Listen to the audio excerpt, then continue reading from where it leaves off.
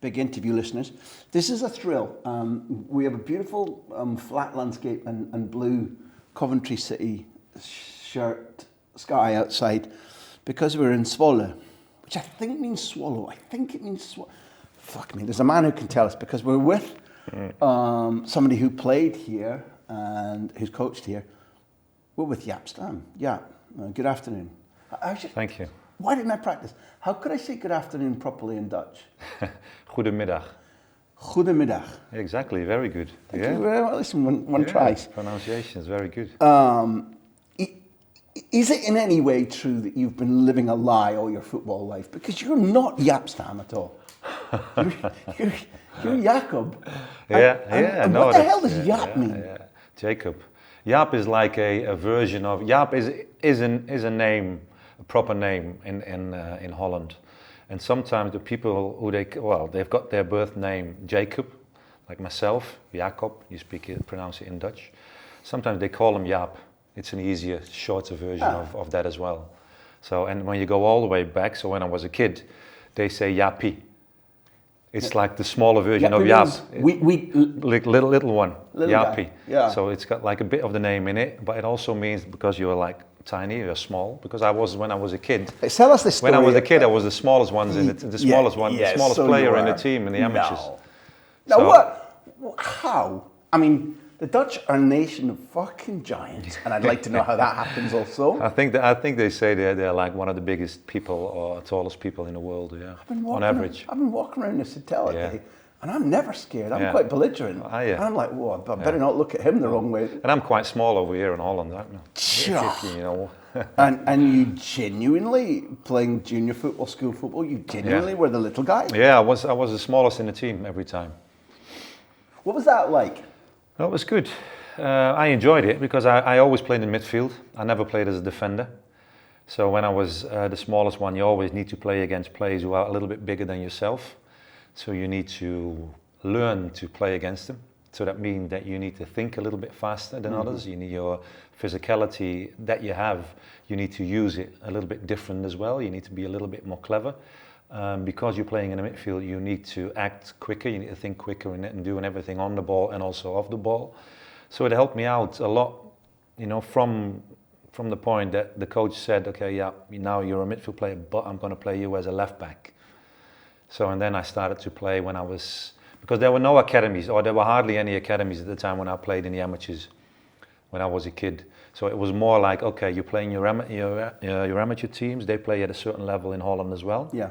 The first team of that amateur team plays, for instance, like League One. Yeah. And then, because in Holland we only have two professional leagues, like the Eredivisie and the Jupiler League, or the Keukenkampioen Divisie they call it now.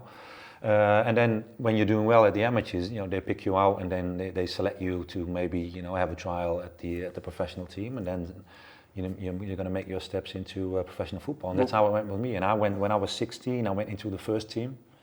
First team played on the third division of Holland. So, I played at the highest amateur level when I was 16. Then there was a team that picked me up. But before, of course, I went to the first team. I was, in the youth teams, and then in these youth teams, I was like the smallest. And then at the end of the day, the coach said, just before I went to the first team, okay, I'm going to play you as a left back because we think as a left back it's better for you because of the pace, the physicality that I eventually got in my last year. And then, my pace and going forward and defending. And that's how it grew, basically going to become a defender. What type of midfielder were they asking you to be then? And was it now traditional idea of a 4-3-3 Dutch system? It's a 4-3-3, and I was like one of the holders, or 2 10s or 2 8s, it's how you want to call it. In England they say about 2 defensive midfield players, 2 6s in front of the back Spain, four. They call it the pivote, the Busquets guy. Yeah, and sometimes you can turn a little bit with the 2, if you like turn a little bit, then you get 1 holder and 2 higher midfield players. So that's how we played more or less in the youth teams as well. Because and the thing basically is as well that I just didn't want to defend. because I wanted to score goals. Because every kid wants to score goals. You don't want to run and chase your striker and then give that ball to somebody else. No, and that was the same for myself as well. If you called it a learning experience, and your coach put you at left back, which I think you're slightly more right-footed. I am, yeah. So I don't quite understand that. To teach you left-sided defending, or no, because at the end of the day, the coaches over there, they saw me more with the ability that I had, and also when towards my 15th, from my 15th until my 16th, I started to grow. Mm-hmm. Becoming stronger, get more legs, get more pacey, and everything. And then they saw me, and then they needed to have a left back. They already had a right back. They put me out there, and with my pace that I had, it was an easy position for me to fit in. Even in Holland, when we play with in the 4 and a 3-3, we expect like modern football nowadays. We expect the fullbacks to bomb on as well, to go forward, to attack, and then maybe deliver these crosses for the other ones to get goals. And that's what I did, and that's how I grew into my role. First as a left back, and then the second year when I went to the first team in Dos Kampen, I played as a right back, and that's how I started my career in Zwolle over here. My first professional team, I started my career as a right back, right fullback. This one's for the Kampen tourism office, because nobody else really cares, but I care. Kampen in the 70s. Yeah. I'm estimating because I haven't been there. No. But Kampen seems to me to be a town of traditional values, a religion. little bit old-fashioned, quite religious. Mm-hmm. I didn't grow up where my mother grew up, but we went a lot to our holidays in the Hebrides of Scotland, which Mm-hmm. is the islands. As you look at Scotland, they're up the left, Lewis and Harris. And up there, when we grew up, it was a sin to kick a ball on a Sunday. If you kicked a ball in the back garden, you were in shit. Mm-hmm. The swings were tied up in the play park. Yes. The Sunday papers arrived on Monday. Now, I guess Kampen wasn't quite the same, but were there echoes of that in your... Yeah, no, it was more or less the same. Yeah. In Kampen as well, and I was always kicking the ball. Even on the Sunday we played, on the Saturday, on the Sunday I was kicking the ball every day of the week. But then at certain neighborhoods where we played as well, and you've got these garage doors. They were just made of steel, some sort of steel, and we were banging these balls against these doors, and then the people were coming out and then saying, "Oh, get away with this ball, fuck off!" And well, you know how it goes, how people react, and even when they're religious, they curse at times as well. Yeah. So they tell you to go, and yeah, that was Kampen as well. People who came from outside of the city into Kampen, they were like maybe from the west of Holland. They were used to wash their cars on a Sunday. If people were washing their cars on a Sunday, a lot of people would come out and say, "Hey, you don't do that over here. It's the day of the Lord, and it's a day of quiet and peace and quiet, and not working on the Sunday or sports on Sunday." And that's how it was. It changed eventually. It changed. The city changed, but there are changes. Yeah, there are I don't know. There are a lot of churches and different different groups of religion as well in the city. I don't mean in your family, but was that a slightly restrictive environment to grow up in as a sort of enthusiastic, athletic kid? No, because my parents, they just encouraged me to do so. They just told me as well to go out. And we were not religious. Yeah, we had a religion from the past, but as a family ourselves, we didn't do a lot with that religion. We had. And that's also got to do with the passing of my grandfather and how everything went. And yeah, people think, or are starting to think differently if you see there's a lot of pain going on, or with family members, or in the world, like now happens as well. And then people are asking questions. That was with my parents as well. Okay, why is the Lord? They lost a bit of their. Yeah, a little bit of belief in why. Why does the Lord? Why does He want to let things happen like this? Yeah. And not saying that we don't believe or that we don't think about it, not at all. But it went differently, and my parents, because there's also, for everybody, I think, who's got their beliefs, I'm happy for them, because I think as a person you need to get something out of certain things that you believe in. If it helps you going forward and makes you a better person or have a better life, then okay, then you need to do it. But it doesn't mean that you can be restricted by a belief, I think, No. in doing things that can help you as a person or as a family. I didn't expect to go down this line, and I don't want to pry.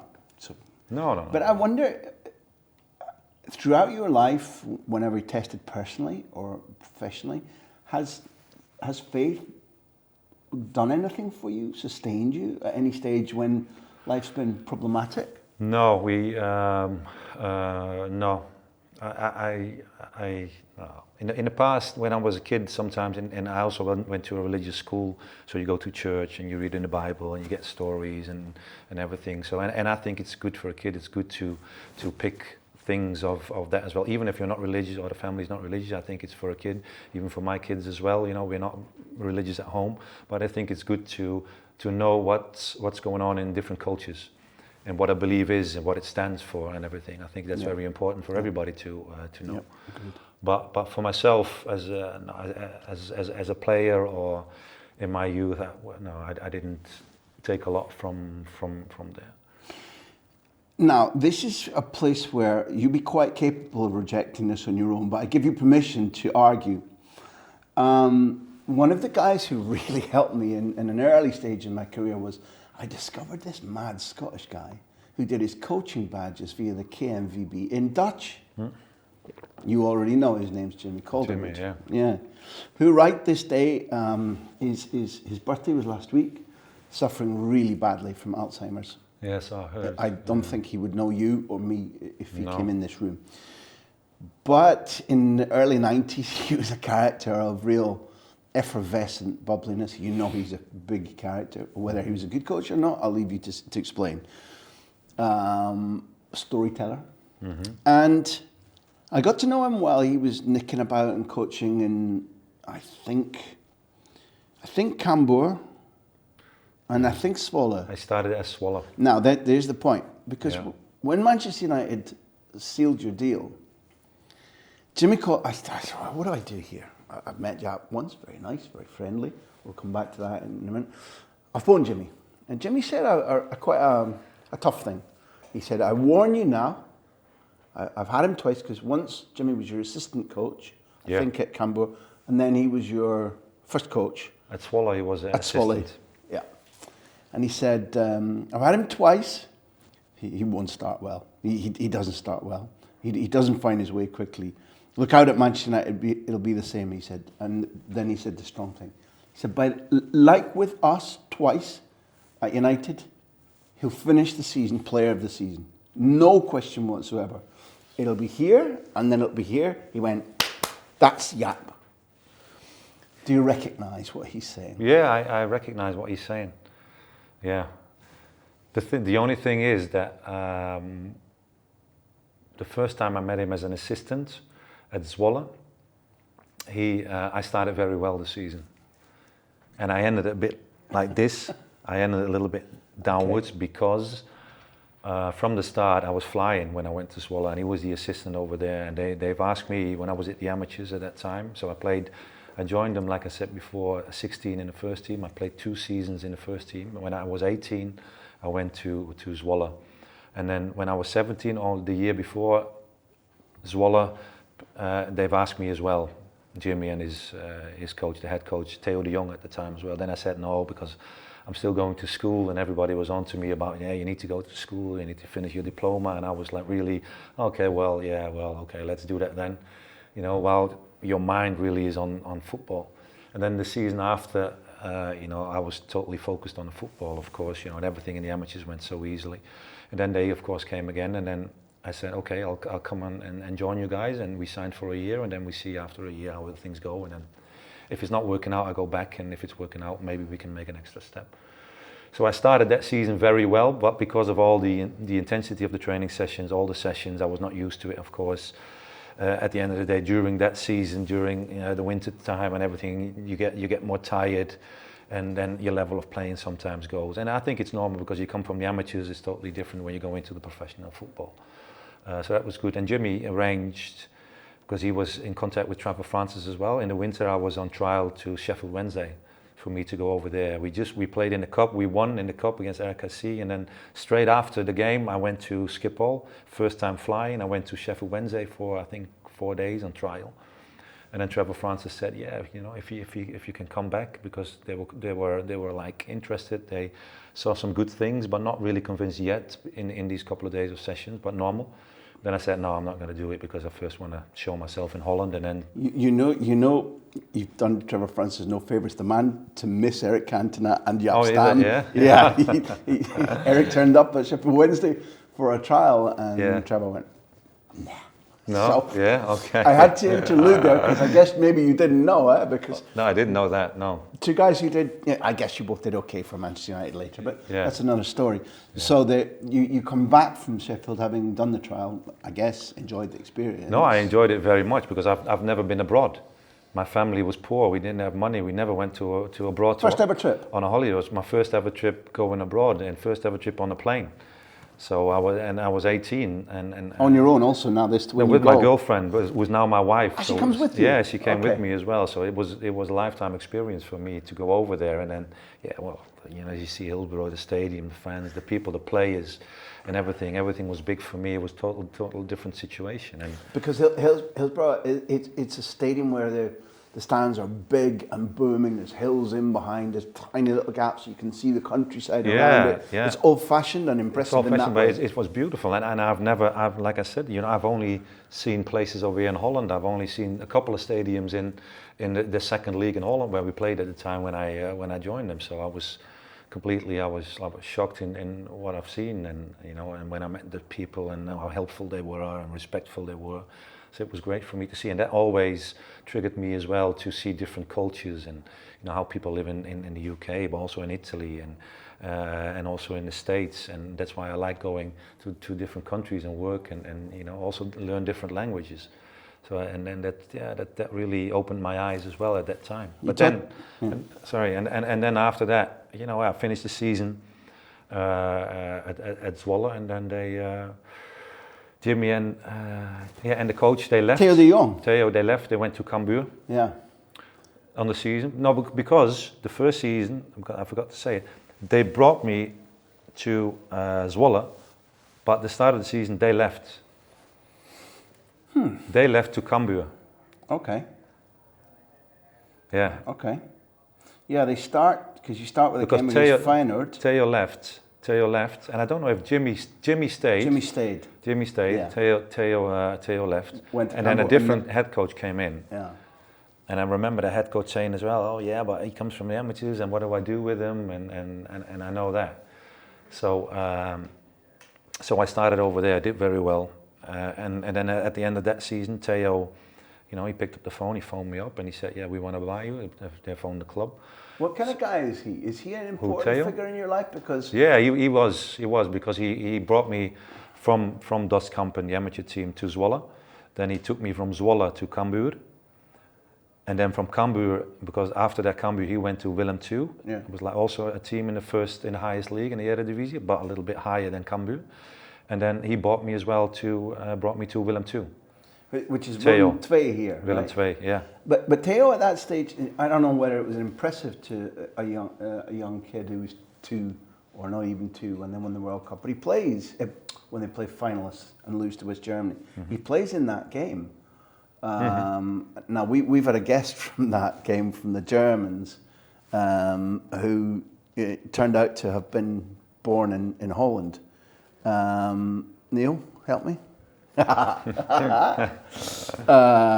It's not Holzenbein, and he coaches in Scotland, and his first name. Voice assistant for Scotland was. It is an R.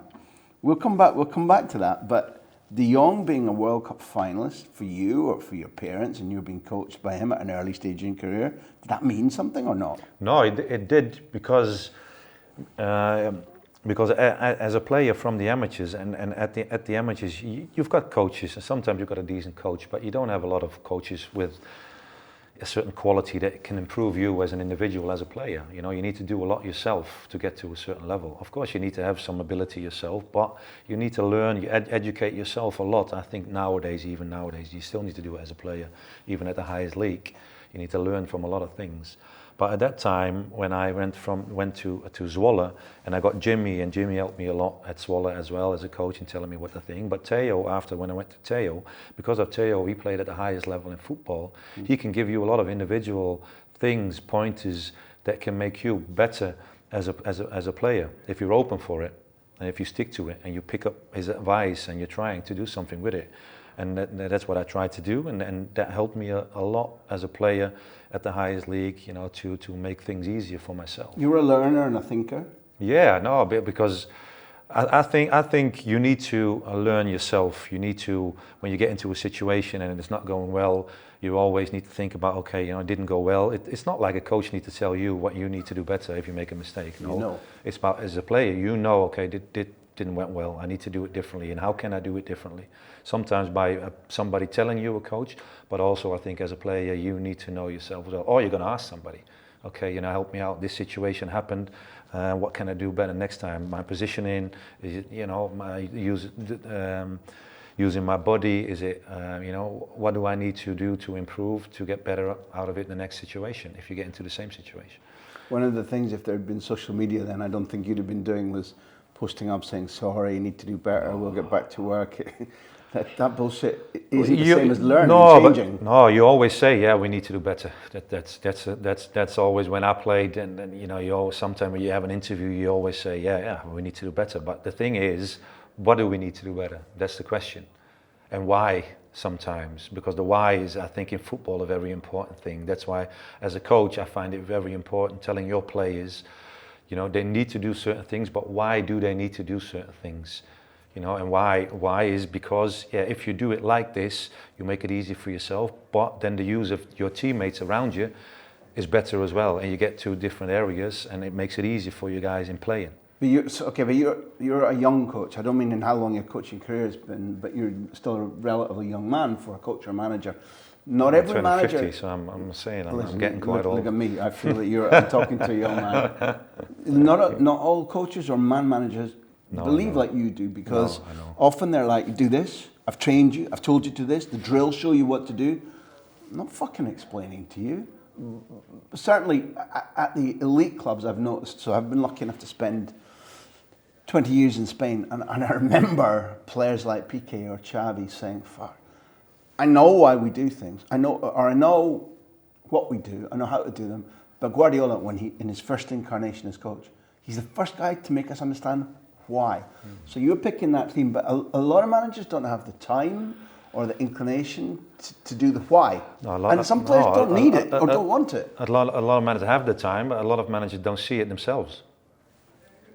Okay. I think, because I cannot understand if you're seeing certain teams play, why do they not get more out of it? If you see the quality of play, the mistake what managers are making, I think, or what people are sometimes in general are making, is that if you buy a player from 80 million, he knows everything already by himself and what to do. That's not the issue. That's not the case. No. That's the market.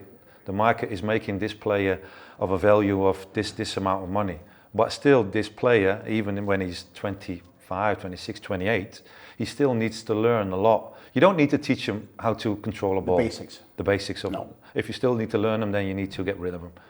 You know, you don't need to learn them, but you need to learn them. Why does he need to take up certain positions? So football becomes easier for him, or the player in front of him gets him better spaces, in easier spaces, so he can open up and go forward, and then put somebody else in certain positions to score goals and to eventually win games. And that's the thing that, and why do I find it important? Why do I do it? And you need to take your time with it, and that's on the pitch, that's with video, that's with clips, that's with meetings, that's in individual meetings, that's in meetings with like the back four or only the midfield players, that's in team meetings. You need to spend a lot of time with everybody to, you know, get the best out of these players as individuals, but also as a team, in succeeding in getting players to a certain level. But a key thing you said there is that as the coach or the manager, you need to understand how to diagnose and solve the problem in the first place. Yeah. And but your point that not all of them do. No, they don't, and that's why it's so important that you need to have your own philosophy as a coach as well. So you know your philosophy and how you want to play. And then you need to work out that philosophy against the opposition, because the opposition is playing in a 4-4-2 and a 4-3-3 or 5-3-2 or 5-2-3. And then with your philosophy against every system, you need to know, okay, because then it doesn't stay the same. You cannot say, okay, you go out on the pitch and you play against every system in the same way. No. It doesn't work like that. Every time you need to move the puppets a little bit in different areas, in different positions, so you come out on top or you make it difficult for the opposition. And then you're starting to win games. So across your career, you know, And I didn't have a lot of managers who did that. Okay, I like the way that like you would intercept the ball and see the trouble before it was coming. You got to the question before I got it out. I appreciate that because you knew exactly where the fuck I was going. Yeah.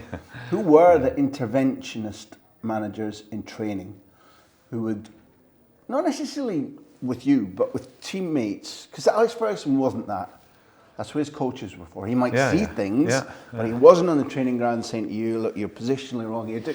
Like, for example, again, to use the pep phrase, there were players at St Andrews in his first training summer with Barcelona in 2008-9 who were so angry about him coming on and turning their body shape and intervening and stopping training and actually pushing them forward like he does, that they were queuing up to leave and saying to the president, I'm not fucking being treated like this. But which of the coaches across your really long and varied career with different cultures, different ideas, and lots of different tactical nuances, if you compare Ajax and Milan, for example, who intervened and said, look, not like this, I want this specifically, don't do that? I think Van Gaal was one of the coaches who did it the most, because when I was working with Ancelotti or Sir Alex or Mancini or Zaccheroni, Zoff, Dino Zoff, Advocaat, forgot a couple maybe. Cruz, whatever. They were not coaches who said like in detail, this is where you need to take up your position and you need to, even you can do more, you need to just wait in that position and stand there and then you get the ball and then you can make a difference for yourself. There were not a lot of coaches who can do that. And Van Gaal did it, and I remember when Van Gaal was coaching the national team, I had him with the national team. Sometimes I was thinking, oh, fucking hell. But everyone stop that again. But and I can understand that every player has it as well. At times that you're thinking, that's why sometimes as a coach, you know, how long are you going to do it? Are you going to do it in like a small session of 10, 15 minutes? Do you do it several times a week instead of like one session of an hour and a half? Because you also need to know the learning curve of a player or the time that the player is really focused on it is maybe only 7 minutes. Because if you go over that 7 minutes, players and people are start thinking like, they go like, to do like some this. Some of them are at least. Yeah. So you really need to also, maybe you can do it then in smaller groups, and then at the end, when everybody understands it, then you put the whole group together and you explain it again, and then you try to get things going. This is an opportune time to butt into the flow of what I want to ask you, to bring in a question from our sponsors, because we're supported all the time by Bet365. And they've sent this one in, so it's out of chronology. And it's a atrevido in Spanish. It's a slightly daring question. But if you look from a distance, if you've been looking from a distance at what's been happening recently at Manchester United in terms of the type of coaching, the type of decisions about which manager, the way in which certain players haven't improved. And there is, I'll state my position. My position is that's a squad which maybe might not win the title, but there's a squad that should be, in my humble opinion, should be competing for the title. And you can see team flaws, you can see decision-making flaws, you can see players who have lost confidence, and the majority of them, 85-90% of the squad are playing under par. So the question from our sponsors is, what's your view on the current Manchester United managerial situation? And do you consider that one day you'd want to manage that club? I would love to manage that club. That's an open question, I think. But yeah, the thing is always, do you get an opportunity or be an assistant over there? Could be also, because, and I think that's good for every coach and every maybe former player. I think that as well, that you can contribute to something to to help them out. So I would love to work at United in some role as well, to help out the team or players or youth or whatever. because I think I can add something to that. If we're looking to the team, if we're looking, because that there's always a lot of people always have their opinions, about the club, about players, and I think that's a lot of it is sometimes true, sometimes it's not in what's being said. If we talk about the squad, do they have quality? I think yes. I think there's a lot of quality in that squad. Do they have players over there that I think they're not good enough for the team?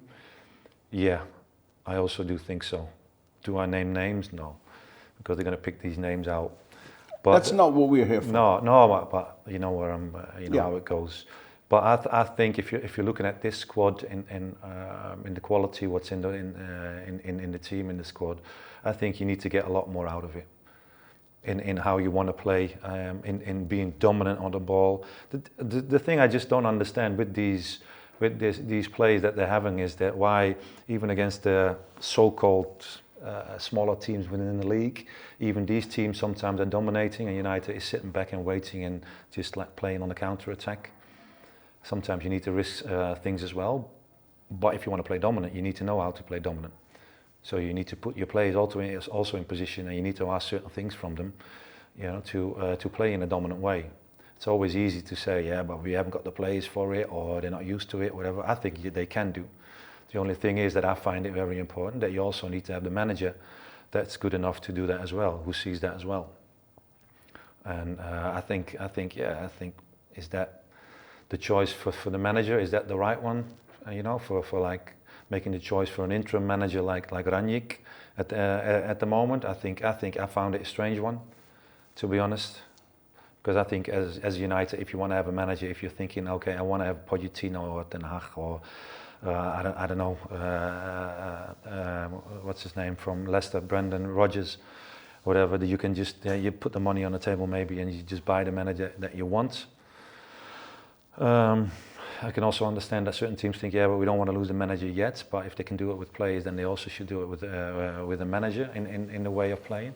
The only thing is that also from the owner's point of view, who's running the joint, who's like saying, okay, this is what we want. This is our philosophy. This is what we want to do. This is what we want to achieve. Yeah, you want to achieve good things in winning trophies, but you also need to have a good idea by winning trophies, and you also need to have an understanding of football and what's being asked as a club, I think, in what type of manager you're looking for, how's the structure of the club, how's the scouting, the recruitment of the club and bringing players in, the type of players, what you're looking for, and then making, of course, the right decisions in doing this. Does it feel that most of those areas you've named are a little under par at the moment, and that contributes to the overall situation? That's always a difficult thing. What I find if you're looking at it from the outside, but I think if you're looking at it, then it looks like all these levels are not good enough in building the club to a certain level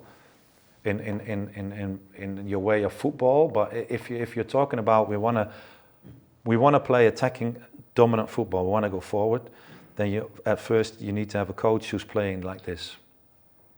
You need to have a general manager or a technical director, how do you want to call it? Yeah. Above him, who thinks in the same way. Yeah. But you also need to have people who have knowledge of football and know then what type of players, if you're looking at the philosophy of playing, you need in your system and how to play, so you can get the right players. They've got certain. They've got certain ability, quality that fit into your philosophy of playing. That means that for every individual position on the pitch, you've got how you call it, information. You've got data. You've got like written out. These are the individual qualities of the player that we're looking for. No, and if you can't find them, then you need to, like, how do you say it? Say, okay, if you can't find the ideal player, you're always going to say, okay, we're going to be like cutting it down, or you say, okay, we're going to take this out. Maybe then we can get this. Find the best solution. Find the best, yeah, exactly. Find the best solution. The wrong player. Yeah. Accept that you aren't getting the 9.5 out of 10 and all the criteria that you've used to apply. Because like an example, quick example, I think is if you buy for a lot of money, if you buy Bissaka, or if you buy Harry Maguire, there's a lot going on about these players. These boys cannot. It's not their fault that the clubs are asking a lot of money and it's been paid for them. Okay, you cannot think these players are being brought in, they know everything, they can do everything. Price doesn't make you the finished article. No, it's not, because you need to develop as a player. So you were the world's most expensive defender. Were you the finished article when you reached Old Trafford? No, by far, I wasn't. But that's why the first couple of months I had a tough time, but it's how you adjust yourself, it's about help that you're going to get. It's also about here and thinking, okay, what do I need to do to get out on top to become a better player in this team, in this system. Then we have to do, Jaap, we have to do joined up talking, joined up arguing, because you've described really well, from a distance I accept, what you see, what you understand, what it feels like is a problem at Carrington or Manchester United. And this was picking up the sponsors question. This is driving me away from what I wanted to ask about the glorious past, but we'll come back. But I have to say to you, then, given the argument you've just laid out really coherently and articulately, what was the daily atmosphere you encountered when you began to work at Carrington? Because you've been working at, an organised, successful, highly talented club in PSV Eindhoven. Yeah. And I don't mean to eulogise the manager, Sir Alex Ferguson, in this, because every player that we've listened to subsequently says that there was a culture, that there was a hard group of players who taught the standards. And I'm talking daily, hourly, decision-making, attitudes, behaviour, timekeeping. We sat down for a really good big interview with Michael Carrick quite a long time ago now, where he talked about the pressure about being in the box, the small box, or the bigger box for the new guys. And he was still, you go in the bigger box, because you knew, fuck that, I'm in there. I don't care if it's Keane and Scholes pinging at me, I'm competing from... When you go there, what's the atmosphere, the demands that you meet every day, every hour, every week? Well, at first we were at the Cliff. In the beginning, and then for a year, my first season over there, and then we went to Carrington. But when I came to the Cliff, it was like, is it special? It wasn't special. I think the Cliff, where I came from, PSV, the difference in clubs is huge. United is here, PSV is over here. If you're looking at the training ground, PSV's training ground at the time was here, and the Cliff was there. If you're looking at the building, facilities and everything.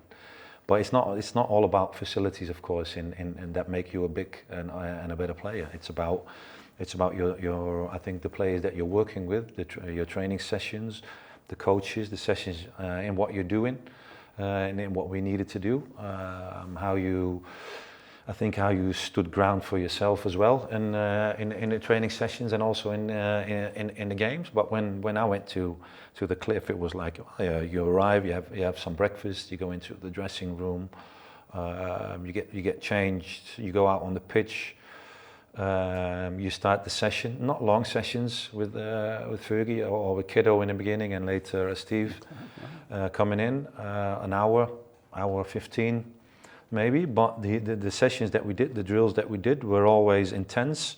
Not intense by the coaches telling us, oh, hey, you need to run faster or you need to do more. No, intense of if we play a possession game, if we play a game, or we had a passing drill, or we had like even a smaller box and you need to go into the middle. Intense in terms of players pushing each other and getting the best out of each other as well, and setting the standards high for each other. So everybody is every time in training sessions, and that automatically goes to the games, you're on your toes. So you want to do well. You don't want to be the joker every time. Everybody was having that feeling that you want to do well. You want to show yourself in training sessions as well. And then for an hour, and then we enjoyed ourselves. We did our job well, and then afterwards, you're having treatment, something to eat, and then you go home and spend some time with the family.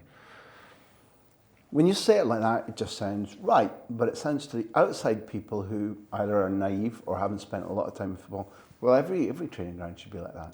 Every professional should be self-demanding, pushing his teammates. Yeah, but that's not the issue. That's not the case. And then I think what's very important, because before we were speaking a little bit about managers and the tactical part of the managers and what they're doing, and I have always said it. That's one of the strongest things that Fergie has as well. I think is in building a team, in looking for the right characters with the players. Within the players for his team. So eventually, and of course with ability, without a doubt with ability and quality, but also looking for the character. And that's why Martin Ferguson's brother, he scouted me, I think, for over a season. He's seen basically all my games, even the bad games. It's not like, okay, he's a scout and he's looking at you and he sees you play 2 bad games, we're not going to take him because you play bad.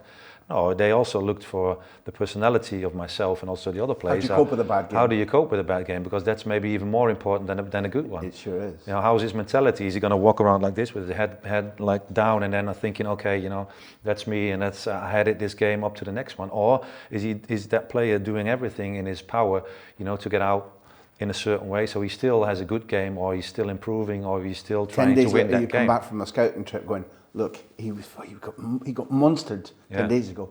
Look at him now. Mm-hmm. That's our guy. Yeah, because he's back. Mm-hmm. Yeah, and that's what they're looking for, and that's how you build a team. Also, that's wanting to have success. That's hunger for success, and that's why you need to look for in players. A lot of people think, okay, they get a lot of money, and then automatically, of course, the expectations are high. That's normal. That was, in our time as well when we played. Even the money now is totally different, but that's not all about it. We played for winning trophies. That's why you go into football. That's why you go and want to play at the highest league, because you want to win trophies. Because that you make history by winning trophies, and that gives you a good feeling, because you're always looking for that hunger. You're always looking for winning games, small games, and if you're not winning, then it gives you a bad feeling, because you're not satisfied. You're always, and then when you go home, you're only thinking about what happened, instead of like a lot of players nowadays, they wave it off and then there's the next one. Because money rusts you. Money rusts that desire to be the best every day, to be winning the trophy again and again and again. Money rusts that. That if you don't have the right inner drive, then it's inevitable. Mm-hmm. Yeah, it's not even a personal flaw. It's just a fact. That's true. But then for us, and in our team, in the sessions and in games, all the players, they're like, we were like on everybody's toes. If somebody was like, thinking like, okay, I'm not having it, or I'm giving in, or whatever, then somebody else would tell you, and they will get under your skin, and they would annoy you. So you have some sort of a reaction that you're thinking, okay, I can't let this happen again. I need to stand up for myself. I need to show in what we're doing, and that's not with all the players. A lot of players who play at the highest level don't understand what it contains to play at the highest level, and what you need to do to get there. And a lot of people might say that to get there is easy, but to stay there is more difficult. And that's it is the truth, because if you're there, people continuously keep expecting the best out of you, and you need to do it by yourself. But people are every time are on top of you, and I think you constantly need to have that desire to bring that same level. Across your career, you played with people like, for example, maybe Davids or Simeone, Cholo Simeone, Inzaghi, who's cut from different cloth, but certainly wants to win all the time. Veer whichever way. Maldini on one side, you Nesta next to you. Yeah. Gattuso. We could go on and on about the types of players, but I wanted to put it to you straight. Is that group, 98, 99, is that the most competitive bunch of people? Because you didn't all like each other. That's just a fact. No, that's true. Yeah. Far from it in some cases. Yeah. Is that the most competitive group that you've ever been part of? Yeah, it was.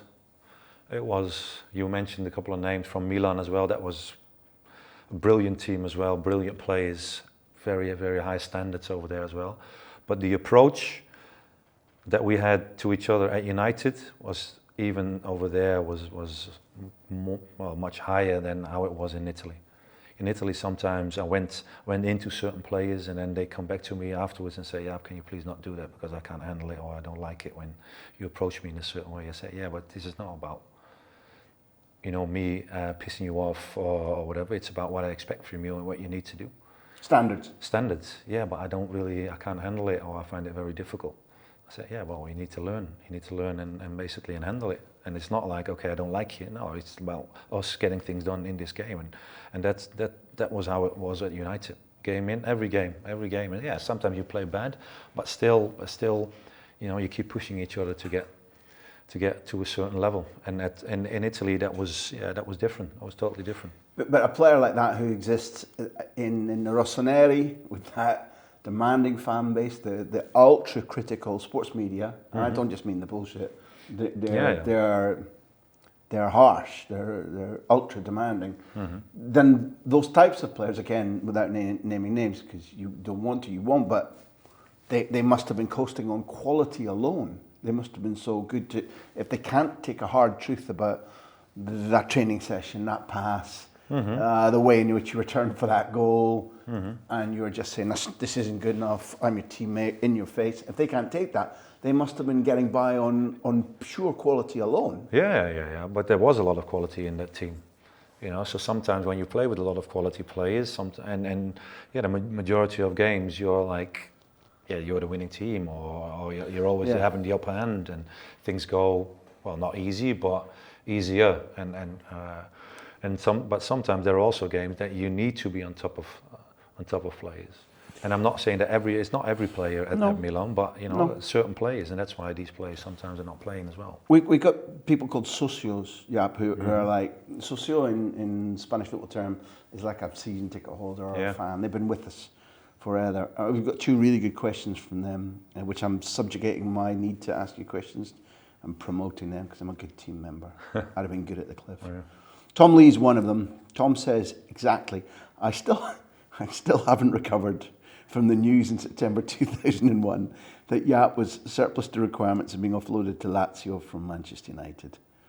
What are Jaap's strongest recollections from that time, and can he sum up the precise emotions when he learned he was being shown the door? And I have to butt onto that question as well to give you just a bit of room to answer the question you've probably been asked the most in your life. Yeah. That one. There's a really good interview, which I don't know, I could show you if you haven't seen, with Sir Alex Ferguson, with a famous TV personality, now late, David Frost, where he just says to him straight, mistakes in your career, and he goes, Jaap Stam, just like that, just says it off just no question. I got it wrong. Alex, who is not above rewriting history, because he's a fantastic manager, but he's also, he has his foibles. He says that the decision was not made about controversy or headlines. It was only upon the Achilles, a bad game against Fulham, and an offer from Lazio. And he knew within a season, travelling to Stadio Olimpico to watch you play for Lazio, that he'd fucked up. So Tom's question is, what are your memories of the emotions? My question is, does it help to know that this man knew very quickly he'd made a mistake? Yeah, no, well, the emotions were like, of course I was very disappointed at the time when I got the message. And I told in the past as well, like, and you always, like you say, and this question has been asked so many times, and you need to go back into that story again, and you don't want to go all the way back again. No. Because I admire Sir Alex, and I've always said that as well, He's been a coach, he brought me to United, I learned a lot from him as well, so he brought me also to a certain level. The only thing is that in how the situation was dealt with, how it was handled, basically that was very disappointing. In how they got to the decision to sell me, to eventually, and also for myself, because they can agree, because I just signed a new. I could have said, yeah, I'm not going to go, I'm going to stay. But Sir Alex knew, he knows me very well, my character, how I am. He knew that if he was saying, yeah, you're going to be on the bench, I would say, yeah, but I'm not going to go on the bench. Okay, now I don't mean to be rude, but that's a contrary statement, which I've seen you make before. Because you're a fighter, you're a competitor. There's a Jaap Stam in there who might have said, bollocks, I'm not going to Italy, I'm not going to Lazio. Yeah, that's okay, true. I'm not going to sit on the bench. True. I'm going to show you now, I'm going to stay and I'm going to fight. But the only thing in there is, the difference is that if they come to me before and they say, yeah, there's a club that showed interest in you, they're offering more than we paid for you, we think you cannot go back to your old level again, so we accepted their deal. Then I can say, yeah, no way, I'm going to show you I get back to my level again, and you will see that I will play again. Now, it went, basically, the book, all that shit going on, turning from his book examples in how it went with him to how can you say this and how can you do this, and at the end of the day hearing from somebody, hey, yeah, they already sold you. Yeah. Okay. That's Then something snaps and you're thinking, yeah, how can now for this moment, how can I still work with people if they make a decision like this and they're not truthful and honest to me about certain things. Yeah. And it's a good now, explanation. and now for myself, I'm going to go. Now I understand more. Now, and how soon did you find out that? I'm asking this for a reason. How soon did you find out that he knew he'd made a mistake? I guess you didn't know he came to Stadio Olimpico to watch you. No, I didn't. I heard it from my babysitter. No, she was in England and she became a sort of a nana for our kids. Okay. And she was always working at Old Trafford. She was in the crèche as well for the kids. And our kids went there, and eventually she came at home as well. And she was working over there, and she was so pissed off when I left at United. And her whole life was all about United. But she cursed and she did, and everything. And at the end of the day, when we lived in Italy, she phoned up, and at the time when Sir Alex said that in the interview, and she said, hey, he admitted. And my wife was like, what are you saying? What are you going on about? He said that he made a mistake. He said, hey, I told you. So I said at the end of the day, and that's how I heard like, okay, that he said that he made a mistake. And then, yeah, you know, you're like, and I don't know when it was exactly after the move that I made, how long it was after that. But then, yeah, okay, you take it for granted. You're thinking, okay, yeah, that's nice, and then that's good that he's honest about it, or he's saying it. It's possible your future is possible, from what you've said, is going to be slightly more angled towards coaching, however high you go, could be the highest level, than maybe managing or manager. It feels to me that if a club said to you, we want you to be first team coach and there's a manager, if it was the right project, right manager, you might say yes. Yeah. So you might not be in an Alex Ferguson situation. You might be, but you might not be this guy who's... One of the things he said totally separately to the mishandling of your situation is that one of his big strengths across his life was not being afraid to grasp the nettle and say, okay, I've weighed up what I think and there. And he reckoned that lots of managers around him didn't have that they got scared away from making decisions because they were worried about the consequences. Now here's one where he followed the thing that made him successful in his life and he got it wrong. There's learning things in there for you, not the player, but the coach, the manager there. Yeah. That, you know, life went on. He still won another Champions League. For you, life went on. You went to Champions League final. You won trophies in Italy. It was handled badly. It felt shit at the time. But both Manchester United, Alex Ferguson and Jaap Stam went on and things were okay. Yeah. So you mustn't be scared of making decisions is what I mean. No, but that's a lot of managers are afraid to make hard decisions. And they leave it to somebody else, or they how do you say it? You talk around it, or in a different way. You maybe come to the same outcome, but not in a good way. And that's how this was handled at my case at the time. I think as a manager, and that's what I learned personally for myself as going into managers from this particularly, that you need to be honest to your players. Even if it's not nice for them, but you need to tell the players if they're not good enough, or if they don't do things well, or whatever. Just tell them, be straight up, and they might not like it, but at least you said it, and at least you can say, okay, you can look in the mirror and say, yeah, well, I've said it directly, straightforward towards him. He knows it. What's he going to do with it? Is he going to, with his head, is he going to give in, or is he going to fight? Is that still an easy skill for you? It is, and I do it, and it's sometimes not nice, but sometimes you need to do it, and that's what I learned from this as well. Because I sometimes as a manager, you need to tell players, okay, I'm sorry, but you're not good enough, or somebody else is better at this time for in that position than you are, so that's why he gets the opportunity to play. He's going to start, and you're not going to start, or we're looking for somebody else because we see the future in somebody else instead of you. So, you can leave the club. My hero throughout my life, and part of the reason I moved to Barcelona was Cruyff. Yeah. I was lucky enough to meet him and interview him. I did the last ever interview he did, which was a wonderful experience. And I was really arrested. My attention was arrested by what he said about you before you left PSV Eindhoven, because You were winning the Cruyff Shield and you were title holder with PSV. But he talked about the way in which you defended meant that he actually came out with a famous quote about they could have Jaap Stam defending on his own. Yeah, I know. Yeah. Which was such a brilliant phrase for a guy like this. That wasn't just there's some nice praise. With such a strange brain as he had, I guess he almost meant it because he could envisage a team that played completely differently because of the skills you had. Yeah. One, what did it mean to you at the time? I guess too much media fuss.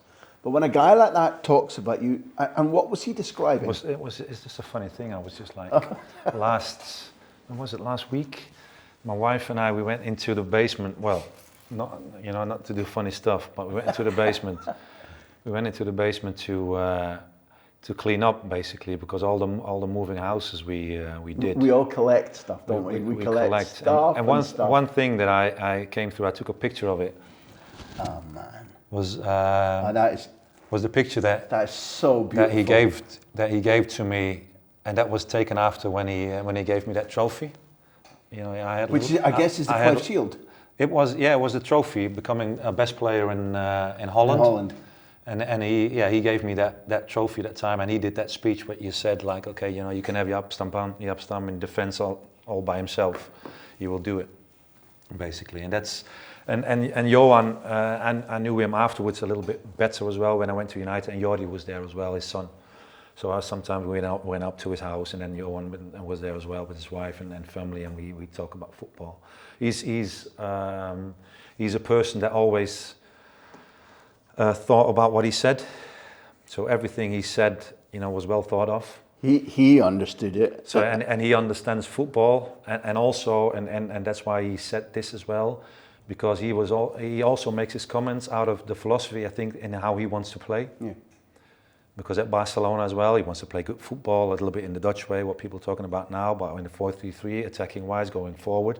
And then when you need to defend, you need to have players who can defend with big spaces in their backs, you know, to cover in 1v1s, etc. And that's what he likes as well, and that's why he mentioned. Which completes the loop when you were talking. You were talking philosophically about United and sitting back against smaller teams, but if you follow the Cruyff idea, listening to him is the first time I heard it talking about superiority, which didn't mean being better than someone. There's a different use of superiority. It's looking for outnumbering. Mm-hmm. Now, if you can have a defence where, I know we're talking a little bit elastic, you've got Jaap Stam, and that'll do you in your defending. Not only do your fullbacks play like wingers, or you said bomb on, but the guy who's next to you can step into midfield also. Yeah, exactly. Give superiority of numbers, and everybody's kind of going, we'll leave it to Jaap, and Schmeichel or Van der Sar, or whoever it might be. It's an extraordinary ability to be able to outnumber and to apply the offensive pressing, dominating, superior principles of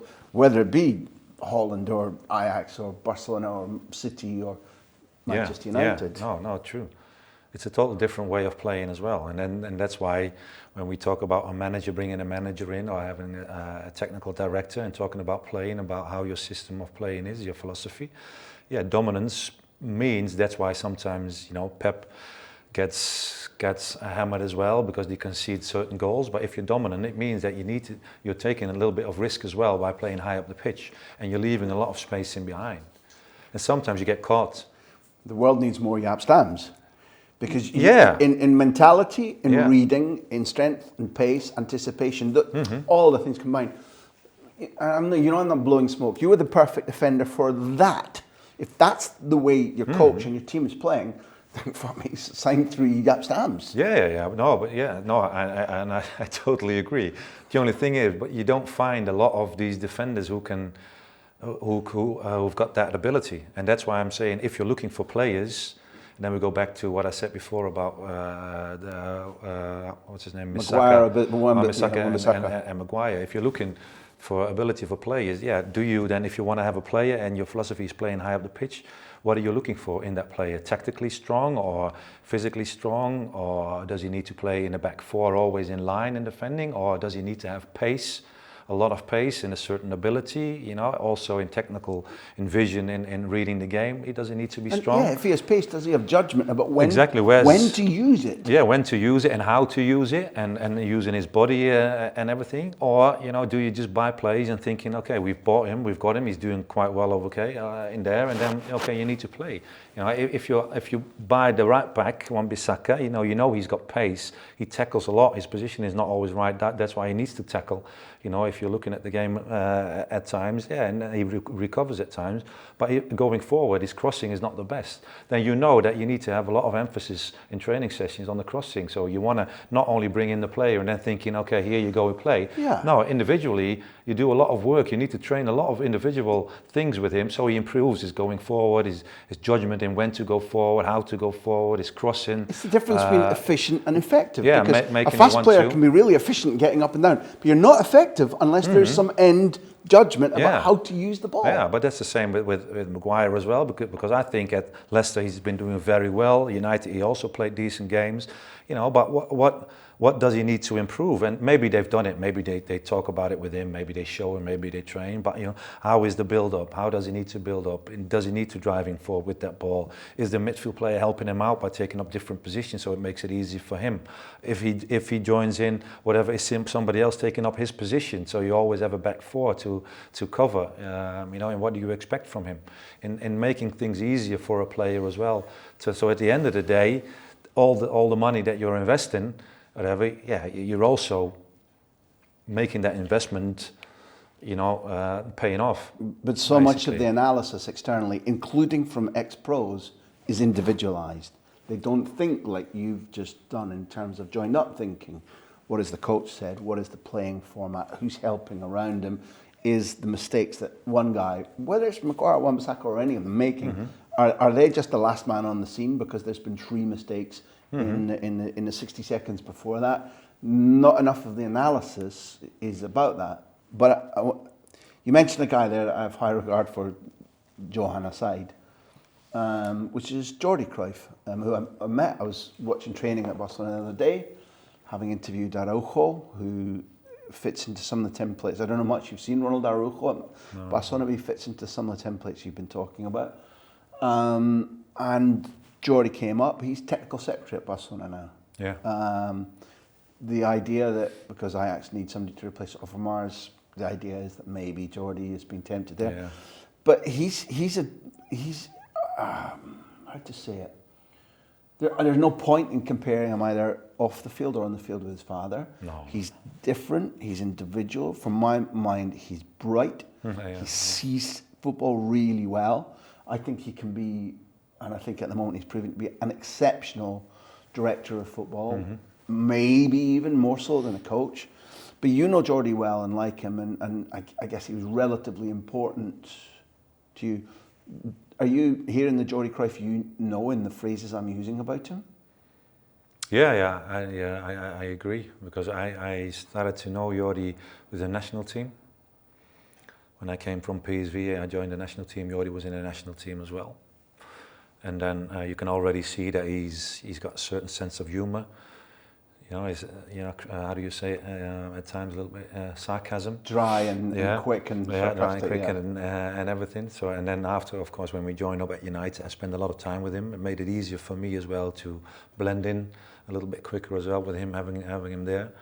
You know, and then we talk a lot about football. He talks, of course, a lot about football. You know, Jordi, he likes to keep on talking, and sometimes he says as well, you know, like Jordi, fuck off, shut up. No, but this and that and this, and then, you know, he's got his opinion about everything, and that's what I like about Jordi as well. But he's like you're saying, he's bright. He's got football intelligence. He knows what he wants in life.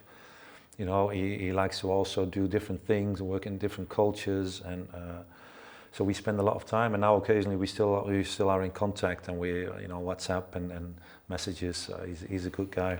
He's making a difference at Barcelona. The way in which they've made decisions, like you've been talking about, decisions are based upon not just a price tag or fame, well scouted, character. How do they fit in the immediate circumstance? How will they fit longer term? It's been extremely, extremely good. you're the one that, as always, will you impose yourself on us when we've talked too much. When I've become a bit Jordi Cruyff and I've talked too long, you can say to me, no, just no problem. Okay, but I have to, before I ask you about Mancini and Ancelotti and the whole culture change in Serie A, where you're hugely successful, I need to try and get. I was lucky enough to be covering almost every Manchester United game in 98, 99. And certain things come back to my memory that now aren't talked about very much. So, for example, and I guess I'm saying to you, here's a little tray of options, you choose. It was your triumph, it was your treble. But I remember the Inter game at home where, as a group, United played at a really high level, but it was a really tough contest because Inter were really strong. Yeah. I think Ronnie does a star jump on the line. Now, somebody does a star jump on the line, just clears one off. There was the whole narrative about David Beckham having to face Simeone for the first time since the World Cup, which is, Beckham got treated disgracefully then. That got dealt with in, I don't know if it was in the tunnel or in the lineup, but it was like nipped in the bud immediately. I think about United getting treated like ragdolls at Old Trafford by Juventus. Yeah. I remember the Inzaghi's fluke goal where over there. I don't know whether you think this just shit happens or I think you used your left foot. I don't know. You're 2-0 down in Turin, you get applauded off. I don't know if you recognised that, but these people who were throwing coins and bags of piss down on us at the beginning, they applauded you off. And I was like, fucking Juventus fans don't do that. They hadn't been knocked out of anything other than a final for 8 years. It was like they were going, yeah. I interviewed Peter Schmeichel about Camp Nou. And he talked about, because I don't know if you remember, Scholl hits the bar. Yeah. And Janker hits the bar with that kind of strange overhead kick. And Peter being Peter said that by the second one, he said, I already knew we weren't losing. I knew it wasn't going in. I didn't have to look. I just waited for it to bounce back. Yeah. I'm glad I've made you smile because, again, this is a subject that if you win great things, you have to talk about it 1,000, or you're asked to talk about it 1,000 times. Yeah. The moments when you're in your head going, yeah, look at this, or, oh, fuck. Or, here comes Ronaldo in the second leg. Or the thing is that when you're playing and you go through all these games and you play so many games that sometimes you forget to realize in what happened and how things were going. While we played, especially of course that year that we won the treble, we played like so many important and big games. And we succeeded in going to the next round, and every time we won, or sometimes we had difficulties, but we still came out on top. And that's the thing that's been growing from the beginning of the season, a little bit of struggling in terms of finding ourselves in the team and getting used to each other, and then eventually, we start to win, and we get like into a certain stride, and we get at a certain level. And then you see that the opposition every time is afraid of us, or at the end of the day giving in, or can't handle the pressure anymore in what we're. They wilt in the last 10 minutes. In what we're putting on them. And then these games, like the Inter games as well, I think that was with the Zamorano thingy as well. Was it that game? Yeah. What happened? So everybody knew. We all knew that when we went into these games playing as also these big players, very good teams playing very good football, that it was not going to be easy. So and everybody understand that as well. We knew that what we were doing in the league was good. We were happy with it, but Champions League was again a different level, especially these particular games. Inter, Juventus, these games against the better teams in the world also. So we needed to give everything ourselves as well, and that was a challenge for us as a team as well, to see where we were and did we have the ability to come out on top. Did you ever gain an edge in the tunnel? You know what tunnels can be like. Huh? Yeah, I know. I think in the tunnel, the European games, it was different than the games within the league. I think within the league, the Liverpool games, the Arsenal games, whatever, were in the tunnel more confronting than the Champions League games. Champions League games, of course, there was always there. It was totally different than how it is now. It's like clapping at each other's hands and then welcoming everybody, even when for instance, Juventus, when we played them, Davids was there, I was a teammate, I knew him very well, but still then we were like going like this. We were not looking, we were not like, welcoming each other. It was just like everybody was really focused on what they needed to do and very, very much looking forward to this game. But it was going to be a fight. Everybody knew it was going to be a fight. It was going to be a battle every game that we went into, against Inter as well, and also against Juventus, because like you're saying, Juventus, the scoreline at Old Trafford, people thought, okay, they went there. Was it 1-1? Yeah. Everybody thought, okay, they're not gonna do this, because Juventus is a good team. They had a good game. Only 1-1. I remember us going after the game. We didn't go home. I think we went to the hotel. I think we went to Montreal after the Juventus game, after the home game. We went together. We had a drink together. Everybody over there. We spoke a little bit about the game. Fergie did like a little speech, I think, at Montreal after the game about that is not the end, that of course we need to keep on going, that we still had an opportunity over there to do well. And then when we went over there, and then after like 15 minutes we were 2-0 down, deflection from Inzaghi through my leg and it bounced off Peter and everything. And then in that game you can see where we were made of, because the Italians had the feeling of, okay, they're going to do it, they're going to go to the final, which is 3-1 up with a an away scoreline. goal. Yeah, like this, it's normal. We still had the feeling that we could do something. And then in the second half, you see it when we scored. I think Roy scored the first one, the first goal, and then you see the Italians collapsing a little bit. They were becoming afraid. They went down. They were dropping. You could feel that. You could feel the tension. Yeah, because they give us more and more time and space. Because in the beginning they would try to press a little bit more. They were confident in playing. Then they conceded. You can feel that we're going to be dropping deeper a little bit, giving us a little bit more. And that's where we had them basically, in pushing them and then winning these balls. And then, does that make that easier for you? Because unless he moves off you, which he did to beat Gary Neville for the first goal, your direct opponent in theory is Inzaghi, or one of them. So he likes to play when his team is high up, because he likes to have chances around the area. I'm not saying he can't play, but the higher up his team plays, the more dangerous Inzaghi is. Yeah, the more they retreat, the more that he's playing further from the goal, the more you're like, oh, I'm happy. That's how he is, because normally when we played against Inzaghi, I was never afraid of, because he's got didn't have any pace. No. So especially in big areas, big spaces, that was not an issue for me. But with him around in the box, in front of our own goal, you always know when he hits the ball, when he gets the ball, he's trying to hit it. And then he's with his and how he plays and how he does it, I don't know. And at Milan, I played with him. He has this little bit of luck with him, that always the ball goes in, or he's always trying to score, or somebody else is creating and he's scoring, and he's like pretending like he did the whole thing, and he created the whole opportunity. You still sometimes don't know. Played against him, trained with him. You don't have a clear X-ray vision of what the fuck happens, because sometimes he seems to have a magnet on his boots.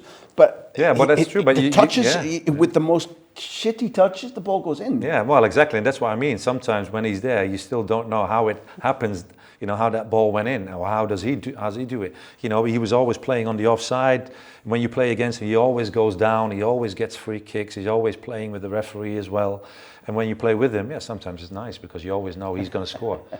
He's 20 times he's offside. But that 21st time, the linesman is probably going to think, he doesn't. It can't be again offside. He doesn't. It can't be, so I'm going to hold it down now. And then he's through and he scores, and then you win a game. Does this make him? I don't mean admirable, but does this make him? I think his brain is pretty good. Maybe pretty sneaky. No, he is, but he's a good player, and that's for him. And I said it sometimes as well. When we at Milan, when we did like small boxes and then two in the middle, sometimes he just went out. He didn't play, because he knew this is not my strength, and sometimes I need to go into the middle, and then I go and finish. But it's not the player's decision. So the coach gives him a little bit of. No, he sometimes does it himself, and then because we always started with boxes before, even when the coaches were not there, we just started it ourselves. Beginning of training, and he's going to go. He's knocking balls on the goals and everything. So it's important for a player. And it's not only for him, and he knew it as well. But that's also when you go to the absolute top. Players need to know their qualities. Yeah. And you need to act like this as well. And you can pretend that you can do more, or you can do different things. But you need to know, because when I was at United, I knew that from Holland, I was dribbling with that ball forward and being an extra midfield player. When I was doing it at United, Fergie was on a touchline and he was shouting at me, "Fucking hell, Jaap, fucking get back in." He said, "We've got other players to do it." So he said as well, I brought you in as a centre back.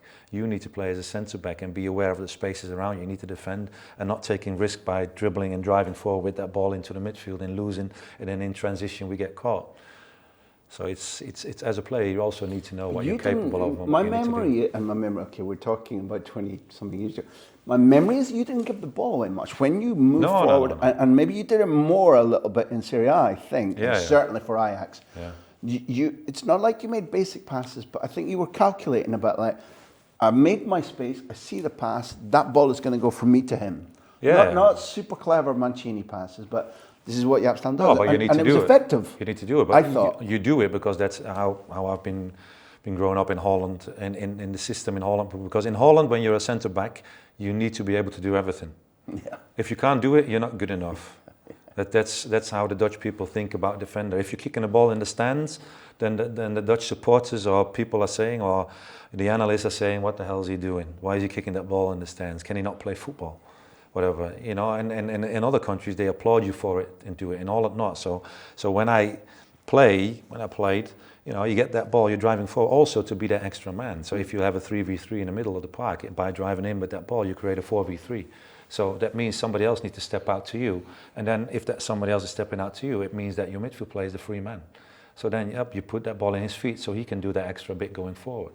And that's why sometimes we expect a lot from our defenders by on the ball to be comfortable and driving forward. It's beautifully simple when you say it like that. I don't know why everybody makes such a fuss about it on the pitch, because when you explain it like that, it's football is simple. Yeah, but it is simple, but people overthink it at times. Maybe me too. No. You've touched on a theme that Gareth Scriven has written into us about one of our socios. Given that he's a fellow Dutch centre-back, how highly does Jaap rate Van Dijk? Van Dijk was a guest of ours in this series. Interesting man. One of the things I said to him was, I saw him at Celtic when they played Barcelona and they got beaten badly. But I phoned up the scout at Celtic and I said, this guy should be already at Barcelona. And I think they got beaten by 6, something like that, Camp Nou. And I said this to Virgil and he went, no, I wasn't ready. I needed the time I had at Southampton. And he said, I hated being coached by Koeman because he picked on me all the time, which is themes that we've been talking about today. Yeah. But it made me better and it made me ready for Liverpool. Theo de Jong was the same with me when I started. He's saying as well, Jaap, you need to do this. We need to watch about this. If this has happened, if your striker is dropping in, you're following, you need to be aware of the midfield runner coming from midfield who's going to make that run over the top. Because in the beginning you follow your striker going in, not being aware of the midfield player. And if you get sucked into the midfield, it means there's a space behind you. If the midfield player, his timing is good, and he makes that run, the ball goes over the top, you can't turn and go. You never make it again. So you need to be aware and look if he's going to go. First you go a little bit. Why is he going? Why is he going? If you see the runner, you're dropping off, you hand him over, and then you pick up, you stay in your position basically. You know, and if you make a couple of mistakes like this, and different ones as well, then Theo was also used on your toes and say, you can be aware of this and this and that. Yeah, you don't like it, but it makes you aware of doing things so you improve. And that's what you need to be as a player. But if you look at Van Dijk and myself, in certain ways we were similar, because I stayed longer in Holland, you know, and I wasn't ready at a certain age, at a young age in Holland, straight away for Ajax or for PSV or whatever. I went from Zwolle to Cambuur, Willem II, and then PSV, and then to the highest level in Europe. Virgil went from Willem II, I believe Groningen. People said, no, we don't like Ajax. He's not good enough. So he went to Southampton, he went to Celtic, and every time a step higher, a different level, higher level, different team, you know, and getting used to things. And then at the end of the day, he went to Liverpool, and he's doing fantastic. He's doing great. What do you like about him, or what do you think?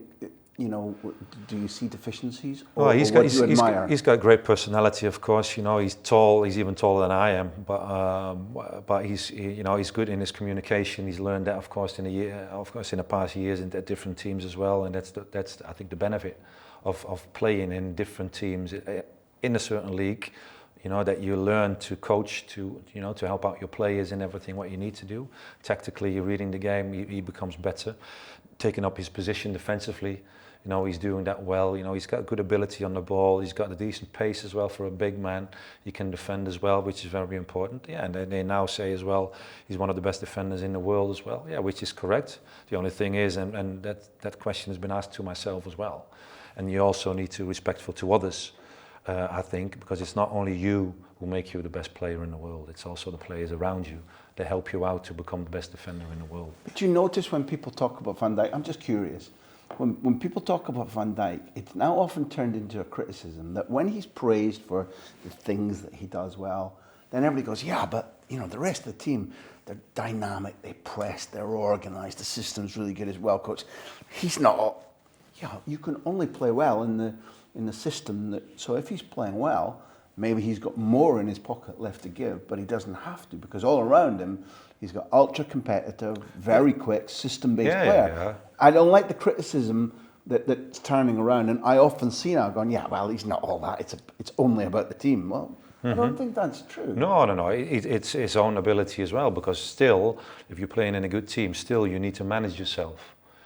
The truth to it is that for him as well, and that was for me, myself at United, of course, and the other teams as well, that by having these players around you, and they press in a very aggressive way going forward, high up, so that makes the defenders or the midfield players of the opposition launching that ball forward a lot faster, quicker, so it makes it easier to pick up these balls at first, because they're getting forced to play these balls in certain areas. If you then can read the game because it's not only about you when you defend looking at your own plays. No, you need to read what the man on the ball is going to do. If you've taken up your position, and you need to read your striker, what's he going to do? Can you expect a run in front of you, behind you? If he's always making these runs in your back, okay, you're dropping a couple of yards, so he needs to go in front of you. So it's also about reading the game. And some of these thoughts are automatic. Yeah, you need to do it, and you need to make them like this. And not always people see that, but you need to make decisions like this by stepping a couple of yards to the left, to the right, or forward, or backwards. So the decision making from the striker becomes different, but also the ball being given into him is a different one. So in both, you change the situation. Yeah, so you change the system in the best way for you. And for Virgil, yeah, he is one of the best defenders without a doubt. He's got the ability. He's shown that as well. But again, the plays around you as well makes it sometimes easier for you to manage yourself in a certain way, because if you don't have quality players next to you who can help you out, if I didn't have Ronnie or Dennis or Gary as well telling me at times what to do or taking up position, or them taking up certain position, yeah, if they're not doing it and they just go on forward and they leave you in a certain position with all players around you, yeah, then it becomes a lot more difficult when the opposition has the ball. We're going to build to a climax of asking you about Reading, asking about your future in coaching, asking you to be clear, so that if people are listening to this going, yeah, Jaap Stam's an option for my club. No, let's see.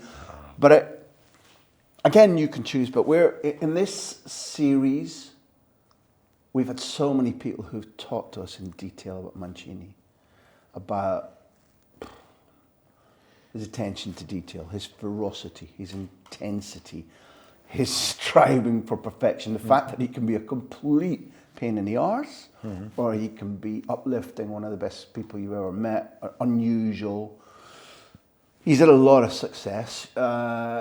It was an abrupt arrival for you at Lazio, Serie A, a change you didn't want, and for a while you worked for Mancini. What imprint has that left on you? What was it like at the time? What did he teach you? No, it was good when I went to Lazio, Dino Zoff was the manager at the time. After only a couple of months, I think he left. They got rid of him. Then I think it was Alberto Zaccheroni who stepped in for a couple of months. Yeah, who finished the season. I think Zaccheroni did, and then Mancini came after that. And Mancini at that time was still very young. Yeah, it was only his second job. I think, yeah, that's why I wanted to say first or second job it was then. And because he still played with some of the players that were at Lazio at that time. Of course. So he was very close to the players, because Nesta, I think he played with Nesta at Lazio as well, and maybe...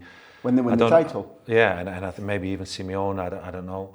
But Mihailovic was there as a left back, and he was playing there. I think they played together as well. So maybe after that, like the coach that he is now compared to then, maybe that's a little bit different. Yeah. The thing that I learned from him over there, and that's what we did with Mancini a lot more than what we did in England was the tactical bit.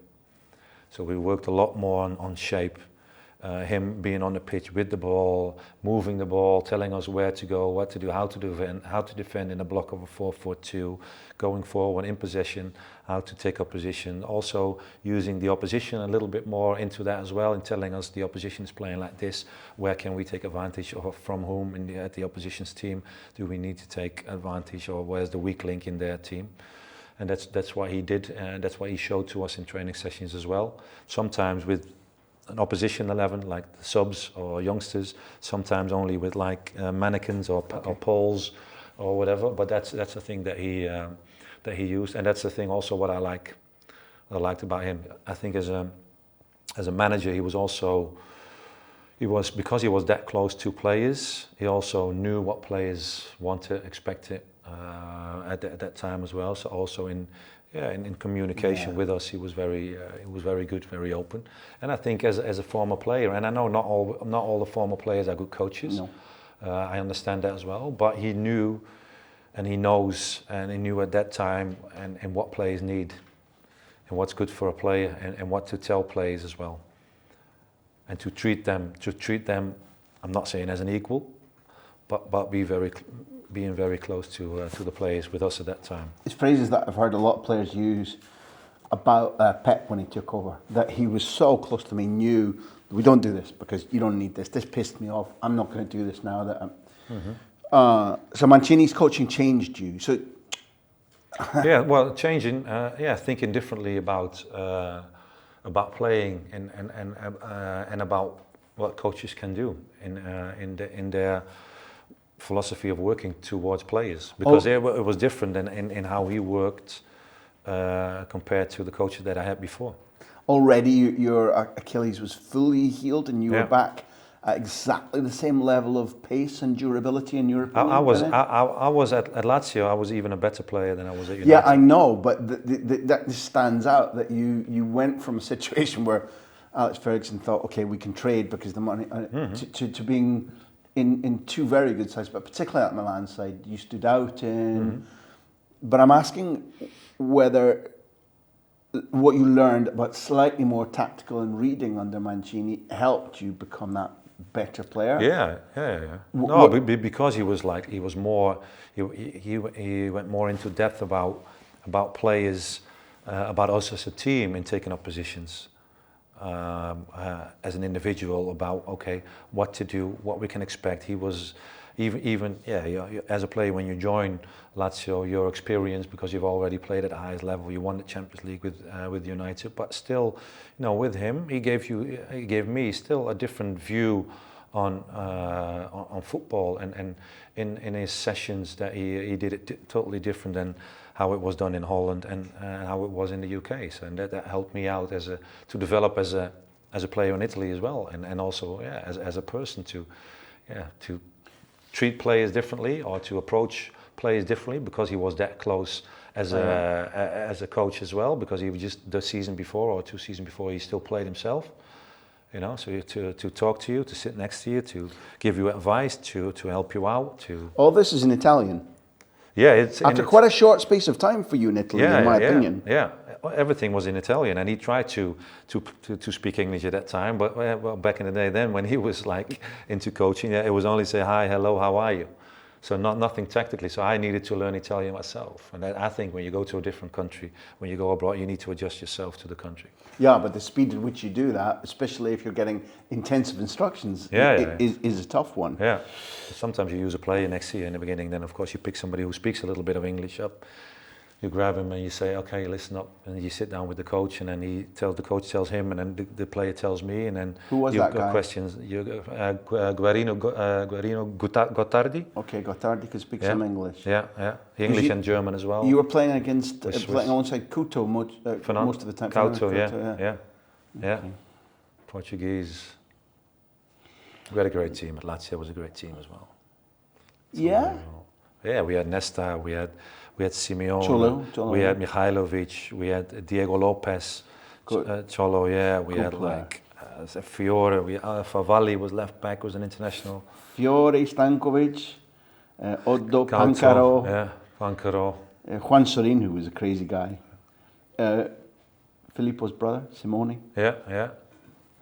Look, we have to wrap, but I can't stop without doing the two things that I said to you. First of all, we have a question from our sponsors, Bet365, saying, how different does Jaap think his management career might have gone if Reading won the playoff final in 2017?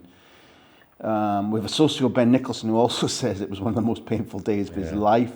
But I think going up might have exposed Reading as in terms of players, we weren't necessarily ready for the Premier League. Just one of those sliding doors moments where the tiniest thing affects your life, your career, and your progress. Mm-hmm. When you look back at it, how would your management career have gone if Reading had? Yeah, you never know. It's hard to say. Yeah, well, there's always a dream as a manager as well that you get the opportunity to work in the Premier League. At that time, I got the opportunity to work in a championship with Reading. I was very happy at that time as well. It was a nice club, good people in there as well, willing to of course make progress with Reading. And then in that season, we had to rebuild a whole new structure of playing because the system and how they've been played before was totally different than how I play, and in my philosophy. And we needed to work that into the players. We didn't have a lot of money to spend, in bringing in a lot of players of a certain ability, that things maybe, you never know, maybe go a little bit easier. But these players who were there, they were really willing to work hard, to perform, to become a better player and eventually play better football. And I praise them for that, and I still do it because the bunch of players that I had at that time were really great players and really great fun to work with, also the people within the club. And then, at the end of the day, that was the same when in United. If you compare that, you start slow, but confidence is growing because you get results, you get confidence in the way of playing, and you go all the way to the playoff final, which is already a dream come true for everybody in achieving that. And then when you get to these penalty shootouts, and then you're ahead in penalties, and then you lose in it, then you feel sorry. Well, you don't feel sorry for yourself, but you also feel sorry for the players because you know how the season has been and what they've done, they put into it. So and you wanna finish it in a good way. And people say, but you need to be happy you make it to the final. Well, that doesn't count. Second place doesn't count in my book. It's always nice, and you always say, it's nice, and it's a good achievement. But it's winning, being number one if you're there. That's the thing where you want to go for. And if you then, if you would have made it to the Premier League, depending then on players staying, new players coming in, what can you then do in the Premier League? Big steps needed to be made for sure at that time. Can you then hopefully hold on and stay in within the Premier League? You never know. And then, maybe you get the opportunity to go somewhere else or work for a bigger club. Yeah. I could have gone to different clubs. Could have gone to Leeds. They wanted to buy me at that time. I said no. I'm staying at Reading. I had a good time. They gave me a new contract. They gave me the opportunity to work in England as well. So I wanted to finish another season with them. And then you also see that it's difficult sometimes by how do you say it, for the team, for the players to in a season to from being here, that you overperform at times, overachieve at the time, that it's difficult to do that again in the second season. Yeah, because of the impact of having overachieved, not having got there, and everybody slumps a little bit, and psychologically as much as and the opposition now treating you in a different way and knowing you better and better. So that's why, as a club, and we said it as well, I said it already months before the end of the season, if you want to achieve this again the next season, you need to make changes. You need to get in players of different ability again, because the players are being pushed the second season more and more, also because of the opposition, and they need to step up again. And that's going to be hard for a lot of players. And we couldn't do it. We couldn't do it again. Got close to a certain level, but could never finish it. Could never score the goals. And then you see how it goes. And then there's sometimes interest, but then it means for your career as well. And then from this and other jobs that I had as well, you see that a lot of people only look at results. Yeah. And they don't look at what is the manager building. What is he doing? How is he building? What's the structure of the club? what are the players that he needs to work with, you know, the quality of the players, the quality of the team, the people above him, you know, do they help him, or does he need to do it all by himself, you know, with his staff around him, you know, and that's football as well. So you know how it works, you know, I know how it goes, and yeah, that's costing you sometimes as well. One thing that, however hard you work, I have to ask, what's your relationship with penalties? Or should I say fucking penalties? Elfmeter, I don't know if we're talking about Marseille, Brazil, Yeah. Istanbul, Yeah, exactly. Wembley, The national again team. for the national team in 2000. Yeah, 2,000 euros, yeah. I mean, do you hate penalties? Do you dream of them?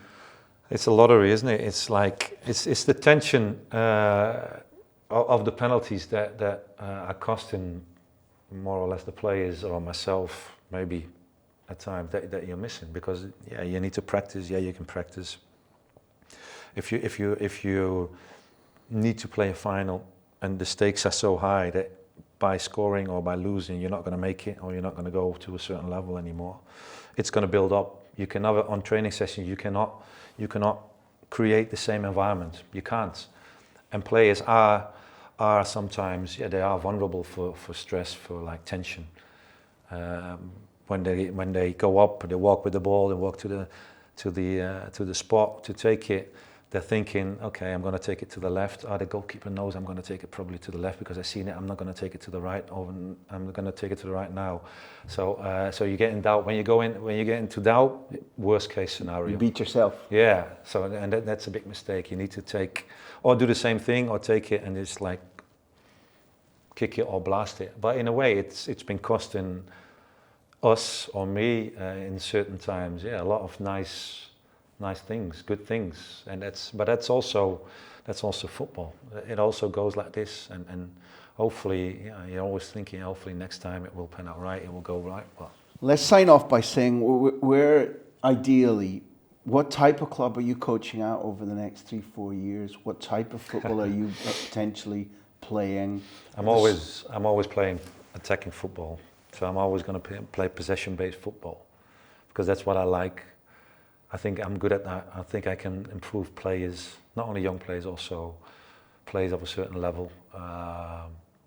You know, and that's my philosophy.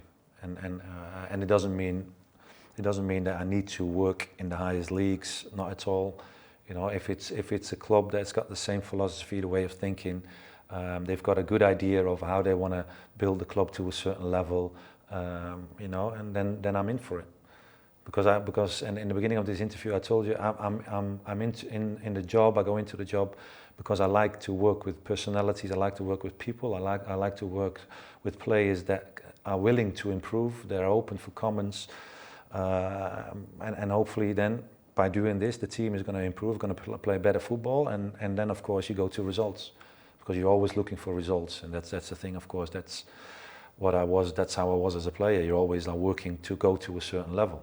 But you need to start somewhere, and from a certain level, building that whole process.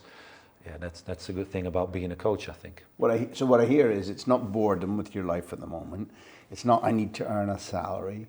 It's not like I must go in at the top of a really big club and be competing for Champions League. No. You seem to be drawn back by the act of getting boots on, smelling the grass, and teaching, coaching, changing groups, changing players.